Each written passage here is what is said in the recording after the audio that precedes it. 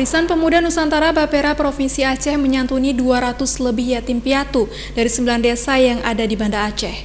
Penyerahan santunan dilakukan Ketua Harian Dewan Pimpinan Daerah Bapera Provinsi Aceh, Zikrullah Ibda di sela-sela acara buka puasa bersama yang digelar di Mako Bapera Aceh.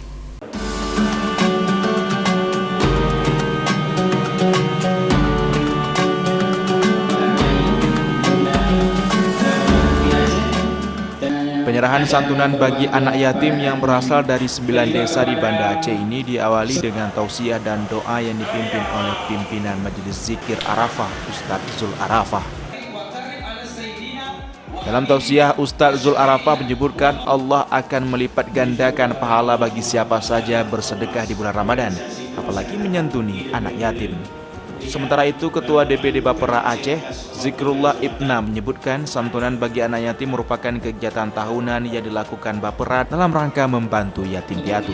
Kegiatan bertema Bapera Peduli Anak Yatim Senusantara terlaksana atas inisiasi dan inisiatif Ketua Umum DPP Bapera Haji Fad Arafik. Selain di Aceh, penyerahan santunan juga dilakukan di sejumlah provinsi lainnya di Indonesia. Alhamdulillah hari ini Bapera Aceh menyerahkan santunan anak yatim dari Ketua Umum kami Haji Fad Arafik dari dengan lembaga Fad Foundation. Hari ini kami menyerahkan untuk anak yatim sebanyak 9 desa atau kelurahan. Jumlahnya 200 lebih hari ini.